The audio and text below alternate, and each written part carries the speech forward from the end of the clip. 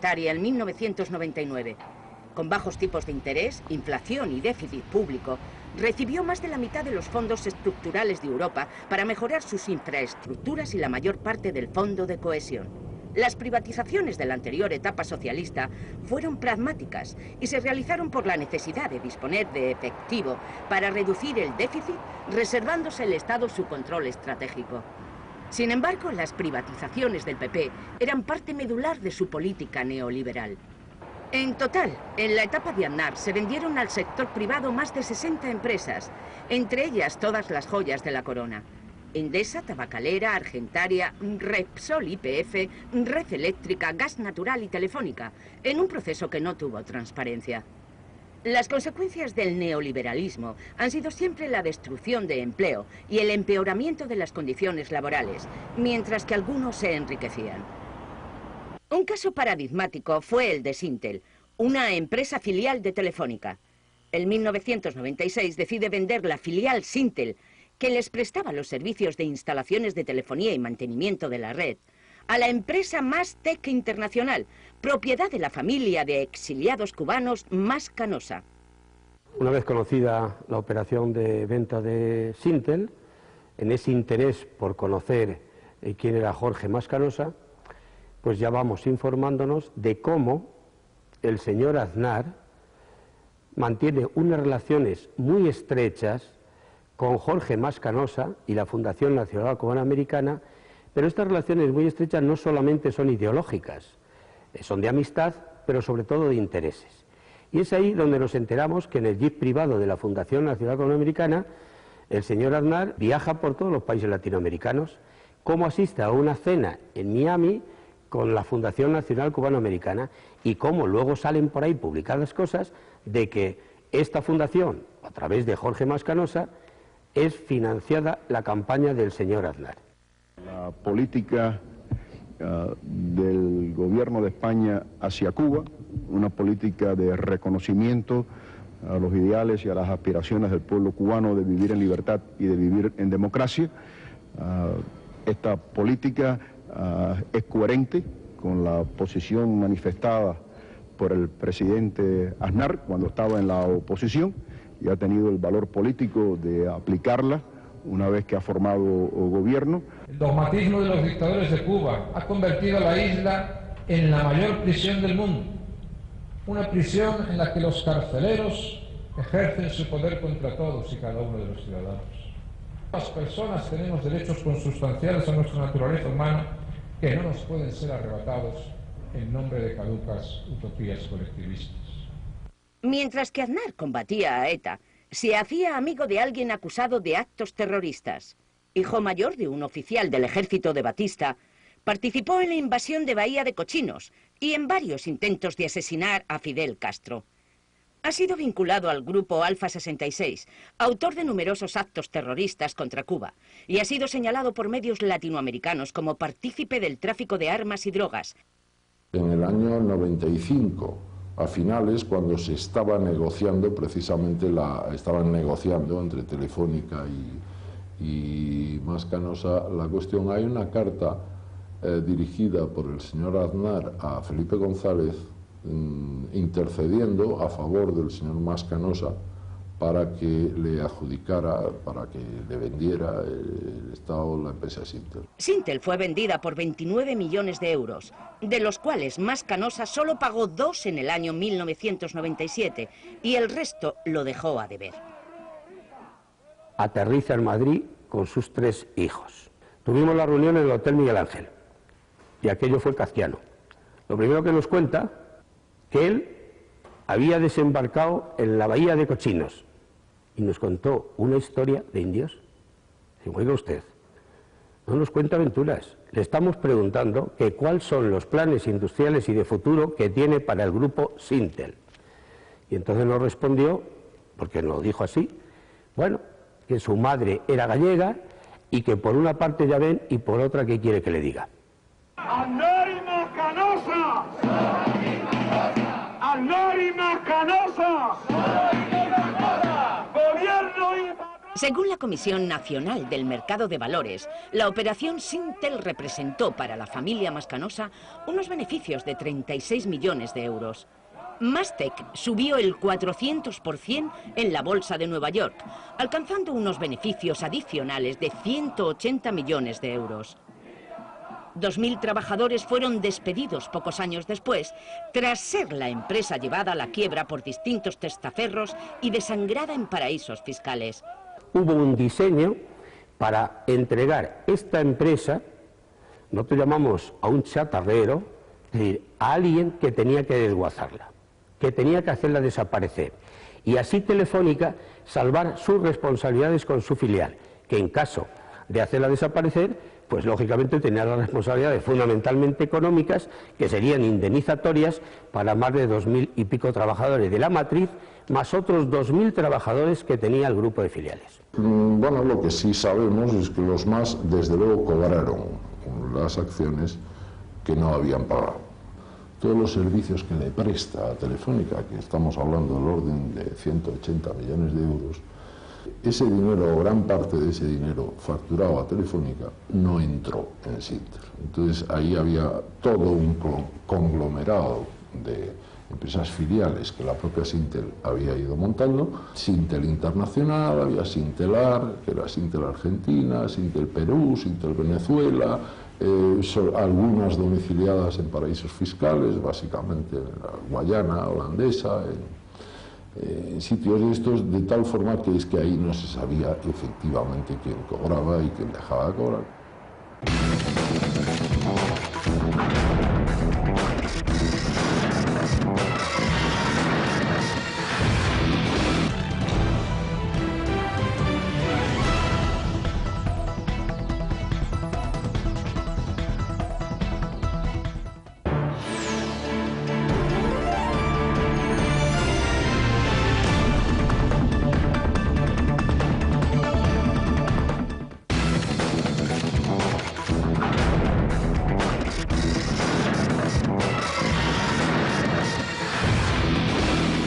Los trabajadores, en 2001, decidieron acampar en el Paseo de la Castellana de Madrid ante la falta de pagos de sus salarios, en una movilización que marcó una etapa en la lucha obrera en España. Tenemos que empezar a decir los dos intereses que tenía Jorge Mascanosa, que falleció al poco tiempo. El primero, enriquecerse. Y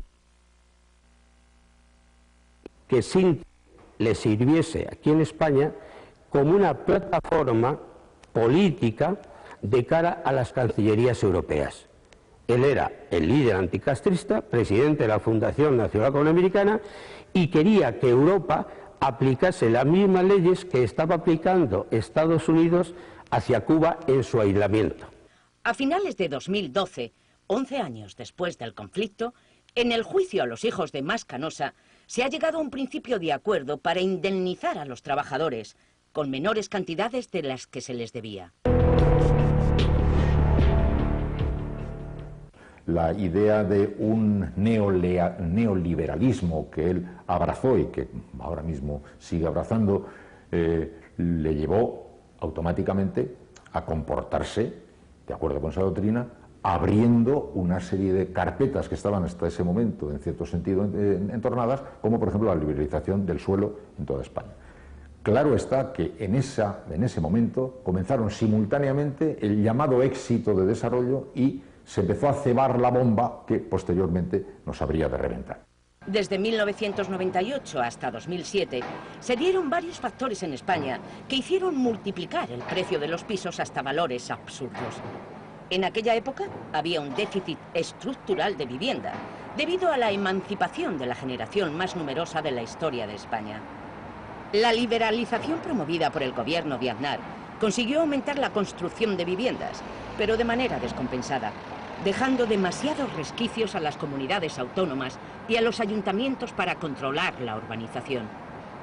En el 98 se hizo una nueva ley del suelo y esa ley todo el mundo la conoce como la ley del todo urbanizable, porque lo que hacía esa ley era desprotegerlo todo de tal forma que se podía urbanizar prácticamente en cualquier sitio. Y eso mezclado con unos créditos muy baratos y una deducción fiscal por compra de vivienda, pues hizo que se entrara en una espiral que luego dio lugar a la burbuja inmobiliaria de compra de terrenos, de viviendas que se compraban, se vendían más caras, construyendo hasta 800.000 viviendas al año, cuando en España se forman del orden de 300.000 hogares. Bueno, pues todo el mundo contento. Entonces no se atendían ni a las quejas de los ecologistas, ni a las advertencias de los expertos, de los urbanistas, ni siquiera a las denuncias que venían de la Unión Europea.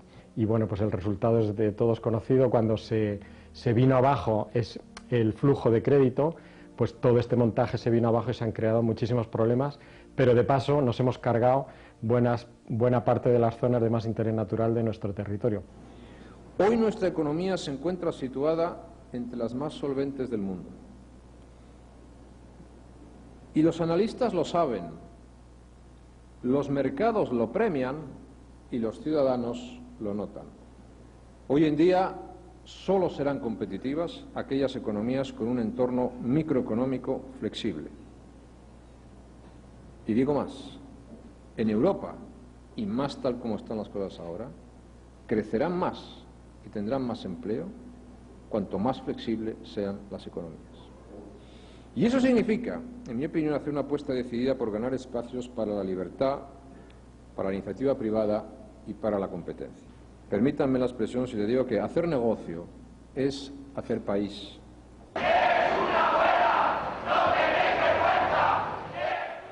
Estas son las consecuencias más dolorosas de la política neoliberal respecto al suelo, promovida por José María Aznar, los desahucios. Casi 400.000 en el último año. Como respuesta, el movimiento ciudadano reivindica la dación en pago, la extinción de la deuda y el alquiler social. Los bancos daban créditos para comprar una vivienda o para negocios de construcción. Cuando los precios fueron demasiado altos, comenzó a caer la demanda de viviendas. Los especuladores decidieron vender y se reprodujo el fenómeno a la inversa. El banco que tasó la vivienda en una cantidad desproporcionada y en función de ella otorgó el crédito, puede echar de su piso al que no paga la hipoteca y además reclamarle el resto de la deuda de una propiedad que ha perdido gran parte de su valor. El PP inventó el modelo y el PSOE, cuando llegó al poder, lo dejó seguir. José María Aznar, que está convencido de que Chávez no es bueno pues se coge y se trabaja a fondo desde el principio los medios de comunicación españoles, ¿no? Todos por razones de interés y algunos por razones de interés ideológicos, pues le hicieron caso y digamos Aznar es el que empieza una operación de imagen de demolición de Chávez que digamos se ha mantenido al margen de que él siga o no. Yo creo que los contactos de Aznar con Bush y con el lobby cubano de Miami y en contra de la revolución bolivariana de Venezuela son evidentes. Es decir, la propia posición de Aznar durante el golpe de Estado que derrocó durante unas horas a Hugo Chávez fue clara, ¿no? El silencio y la complicidad del gobierno español de aquella época, que era el gobierno de José María Aznar, fue muy claro, ¿no? Precedido por fuertes enfrentamientos entre partidarios de Chávez y opositores y una huelga general convocada por la patronal venezolana Fedecámaras, el 11 de abril de 2002, militares adversos al presidente Hugo Chávez dieron un golpe de Estado y detuvieron al presidente. Los conjurados dieron la presidencia a Pedro Carmona, presidente de Fedecámaras. Luego de fuertes protestas internas y externas, los militares leales retomaron el poder y Chávez reasumió la presidencia el 14 de abril. Es evidente que en el famoso golpe, que era un golpe de opereta, era un golpe cuando yo vi la primera reunión, mandaron las grabaciones, pues yo me di cuenta que aquello no iba a ningún lado, vamos, porque era evidente que no. Y bueno, pues la diplomacia española se quedó muy lista. Pero he de decir, en relación con la diplomacia española, que no era solo la diplomacia de Aznar, porque yo me acuerdo que en aquel entonces la señora encargada de la política exterior dentro del Partido Socialista Obrero Español salió por la tele diciendo: acaba de triunfar la democracia en Venezuela. Me quedé con los ojos como platos. ¿Qué dice esta moza? Si es un golpe de Estado evidentemente de ultraderecha. Y yo estoy absolutamente convencido de que los servicios secretos españoles participaron en esta historia, al menos el Ministerio del Interior. Estoy absolutamente seguro. Tuvieron tiempo además de destruir pruebas, puesto que Chávez tardó unos cuantos días en ser liberado. Bueno, cuando se produjo aquellos hechos en el Palacio de Miraflores y que el presidente Hugo Chávez se tuvo que ir a la isla de Orchila y toda la vuelta y todo aquello, pues en lugar de mantener una cierta prudencia y una cierta distancia, viendo los hechos, a ver cómo se desarrollaban, pues tomaba postura muy rápidamente, ¿no? Y eso le ocasionó problemas, y luego cuando ya hubo un gobierno socialista, el nuevo canciller Moratinos, pues en un programa de televisión, pues le criticó duramente, y bueno, se organizó una buena... El embajador Viturro siguió informando con celo profesional después de que se confirmaran una veintena de muertos en las inmediaciones del Palacio Presidencial y se difundieran imágenes de los francotiradores apostados que supuestamente habían disparado, envió uno de sus telegramas más elocuentes en el que concluía: estrategia, y cito, estrategia oposición dirigida a conseguir salida presidente Chávez a través presión ejército, está dando pues resultado. Confederación Trabajadores Venezuela, patronal aprovecharon conflictos petróleos de Venezuela, Sociedad Anónima, PDVSA, para conseguir movilización masiva, población caraqueña que por su parte, cierra cita, y quiero ahora llamar la atención de sus señorías sobre la siguiente frase que continúa: puso ayer tarde muertos necesarios para provocar intervención ejército, única fuerza en este país frente a debilidad partidos políticos oposición, capaz de poner fin al gobierno del presidente Chávez. El anterior gobierno interpretó públicamente lo que estaba sucediendo en Venezuela, es decir, el golpe de Estado, como un vacío de poder, para que pudiese encajar en las previsiones del artículo 350 de la Constitución venezolana y transformar un golpe de Estado malo en un traspaso de poderes provisional bueno.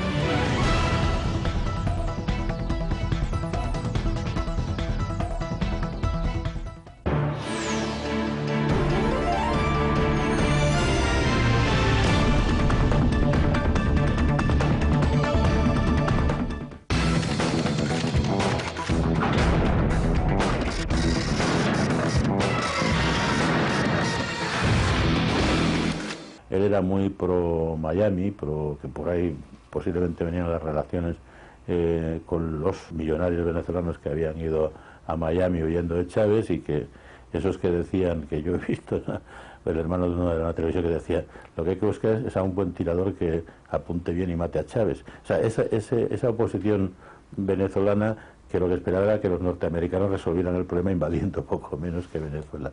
Esos eran amigos de Aznar, porque Aznar era amigo de los cubanos, vamos, de los cubanos de Miami, ¿no? Mascanosa era su gran amigo, y además le dio negocios aquí, o sea, a Mascanosa, ¿no?, al líder de los... Pero yo he ido como periodista del periódico de Cataluña, viajando por Estados Unidos con el presidente, ¿no?, o sea, con otros compañeros, y en Miami, bueno, aparte de hacerle hijo predilecto de la ciudad, bueno, era el rey, vamos, pero el rey. Y luego él se fue creando una figura suya personal muy extraña. No oía ya a sus propios colaboradores, casó a su hija en el Escorial, con unas manías de grandeza absolutamente fuera de lugar. La boda de su hija Ana con Alejandro Agag, que ha hecho negocios millonarios a la sombra de su suegro, es un ejemplo de cómo la política, las empresas, la familia y los amigos se aunaban en una ceremonia donde acudieron, entre otros, invitados como el rey, el magnate Rupert Murdoch y Silvio Berlusconi. Quizá ese fue el primer patinazo serio en su vida personal, ¿no? Esa boda faraónica, ese despilfarro de dinero, esa presencia de invitados extraños, ese parar la calle Velázquez por la noche para que los invitados fueran a una discoteca. No, yo ya no lo reconocía, no entendía nada. Hablando español con acento mexicano cuando estaba reunido con Bush. Y entonces, como Bush, pues es un personaje muy primario, pues le debió caer bien este presidente de gobierno, que era el único que tenía en el mundo, que le reía las gracias, Y entonces él hizo de eso todo un eje de acción de gobierno, ¿no? De tal manera que se reunió en Azores, pues el presidente del gobierno portugués, Durão Barroso, que fue el anfitrión, estuvo nada menos que Blair, que el primer ministro inglés, estuvieron Bush y estuvo Aznar, ¿no? Eran un poco los que estaban de alguna forma llevando a cabo pues la guerra en Irak. Tenemos una resolución, la resolución 1441 aprobada de forma unánime, que establece que Saddam Hussein debe desarmarse. De no ser así, sufrirá consecuencias serias. Y que desde luego no es ni puede ser Saddam Hussein ni ningún tirano que tenga armas de destrucción masiva quien marque las reglas de la legalidad y de la comunidad internacional. De no ser así, por nuestra parte ejercitaremos la fuerza para asegurar que Saddam Hussein se desarmará. Aznar, como Bush, como Reagan o como Thatcher, pues responde a un pensamiento y él se convirtió en el Cadi de Bush, encantado de la vida, como si fuera el quinto Beatle, que de pronto pues va como un groupie, pero se cree que es un Beatle más. Este elemento de su inmensa vanidad, halagada por ahí, se le observaba en un montón de pequeños detalles, los pies encima de aquella famosa mesa. Eso mezclado con su convicción de que estaba en la línea correcta de la historia.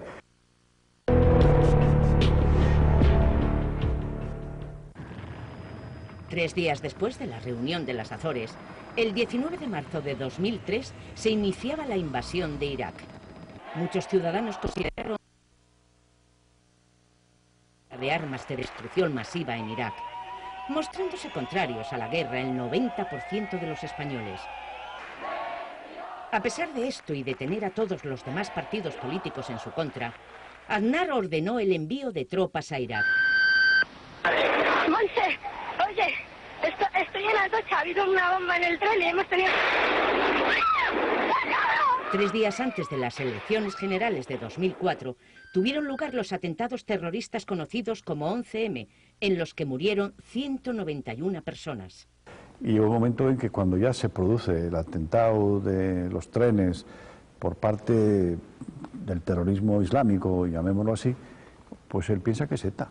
Estaba tan obsesionado con ETA, incluso logra que el Consejo de Seguridad de Naciones Unidas aprobara una resolución diciendo que había sido ETA, condenando ETA. El único atentado que no ha cometido ETA lo condena nada menos que Naciones Unidas por la obsesión de Aznar. La idea ahí, evidentemente, era si los islamistas no hubiesen reivindicado y hubiese habido duda durante un cierto tiempo, hubiera podido colar el tema de ETA. Lo que pasa es que no se encontraron con que ETA fue la primera a decir, oye, que yo no soy.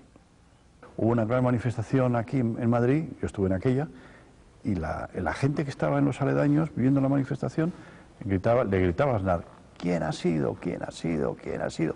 Porque ya no se creía que había sido ETA. ¿Quién ha sido? ¿Quién ha sido? ¿Quién ha sido? Millones de personas se manifestaron en las calles de España como señal de repulsa por la masacre. En un primer momento todas las fuerzas políticas atribuyeron la autoría a ETA, pero al poco surgieron las dudas. Como tampoco entendía ninguno que el Ministerio de Asuntos Exteriores saliera a todos los consulados y embajadas de todo el mundo en España la notificación de específicamente señalar que era ETA. Nadie en aquel momento podía acordarse de que había elecciones 3 días después, pero él por lo visto se acordó, porque en cuanto convocó la primera reunión, en vez de reunir una especie de comité de crisis, reunió al grupo más poderoso del gobierno y del partido. No fue llamado, por ejemplo, el director del centro de inteligencia a una reunión de gabinete de crisis. Yo creo que ha absolutamente demostrado que en esa ocasión el gobierno mintió. Y el propio José María Aznar llamó a los directores de los periódicos por teléfono, incluso a Jesús Severio, que era entonces el director del País. Nosotros teníamos mucha información y muy buena que ponía de relieve que efectivamente la atribución a ETA no tenía sentido. El precio de la guerra de Irak es importante. Aznar justificó mucho la posición norteamericana porque rompió la unidad europea. Frente a Chirac o Schröder, que estaban en aquella época en Alemania, en Francia y Alemania, salió un Aznar diciendo: perdón, yo soy más importante y me entiendo con los americanos, ¿no? Eso se vino abajo por 2 razones: por el fracaso de la administración Bush en segunda legislatura y por el fracaso de Aznar en España. Después de su salida del gobierno, Aznar preside la Fundación para el Análisis y los Estudios Sociales, FAES, muy ligada a los grandes poderes religiosos y económicos. Es presidente de honor del Partido Popular y miembro del Consejo de Estado. También imparte cursos sobre Europa en la Universidad de Georgetown. Sus actuales actividades económicas le reportan más de 1 millón de euros anuales, lo que contrasta con el sueldo vitalicio del presidente de gobierno, fijado en 80.000 euros anuales. Fundó con su mujer una sociedad familiar, Famaztella, acrónimo de familia Aznar Botella, que tiene por objeto la explotación de los derechos de propiedad intelectual de Ana Botella y de José María Aznar en libros y conferencias. Recibe cerca de $250.000 como consejero de News Corporation, el imperio audiovisual del magnate Rupert Murdoch. Aznar percibe además una cuantiosa retribución como asesor externo de la cúpula directiva de Endesa. En 2009, Aznar fue nombrado consejero de Doheny Global Group.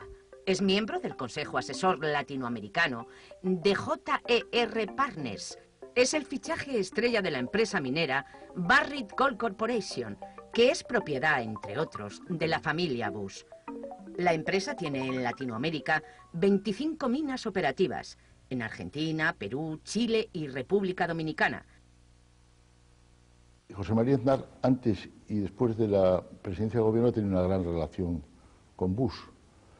Es un pacto no escrito en el que se materializa económicamente a través de cosas tan extrañas como la pertenencia de Aznar al Consejo de Administración de la mina de oro, de la empresa que tiene las minas de oro más importantes del mundo, la incorporación al Consejo de Administración de Murdoch, que le permiten unos ingresos suficientes como para vivir. Luego tiene las conferencias y todas las demás cosas, ¿no? Yo creo que esos, digamos, que son la letra pequeña de una gran ambición. La Fundación FAES es su trampolín y los contactos que ha tejido internacionalmente en su época de presidente de gobierno y en su época de alianza con Estados Unidos son fundamentales. Él es un presidente de gobierno sin gobierno, como una especie de gabinete en la sombra, que a través de FAES pues trata de influir en temas de política internacional y también en temas de política interna. Debemos hacer por España más de lo que nadie pueda llegar a hacer contra ella, porque España significa libertad, significa nuestra libertad. La hazaña de la libertad se logra ejerciéndola con naturalidad y determinación, sin ceder nunca frente a sus enemigos, sin aceptar transacciones que la disminuyan. Bueno, ahora hay un episodio del que seré prudente, que es el de Ángel Carromero, ¿no? Que viajó a Cuba llevando un dinero para la disidencia, para el Partido Democristiano de Osvaldo Payá, y en un lamentable accidente murió 2 ciudadanos cubanos, Osvaldo Payá y otro dirigente de su partido. Ángel Carromero, militante de Nuevas Generaciones del PP, fue condenado por un tribunal cubano a 4 años de prisión en octubre de 2012 por el homicidio imprudente de Osvaldo Payá y Harold Cepero. Y eso revela que sigue funcionando ese lobby. Carromero está vinculado a personas pertenecientes a FAES, que es la fundación que controla y dirige José María Aznar, y yo creo que ese activismo anticubano sigue, antirrégimen cubano para ser más preciso, sigue en la mente de José María Aznar. Él dice que es liberal, pero es neoliberal y neocon, pero es neocon antes de que existieran los neocons, o sea que él ya tenía esa filosofía calvinista de Dios premia a los que son ricos. O sea, el que es rico porque Dios lo quiere, y entonces, por tanto, puede ser rico como le dé la gana. Yo creo que en el fondo Aznar nunca va a dejar la política y se va a dedicar plenamente a los negocios. Los negocios seguirán siendo para Aznar una fuente de avituallamiento para la política. Y es un personaje que en este momento yo lo encuadraría si no en la extrema derecha, en una derecha muy dura.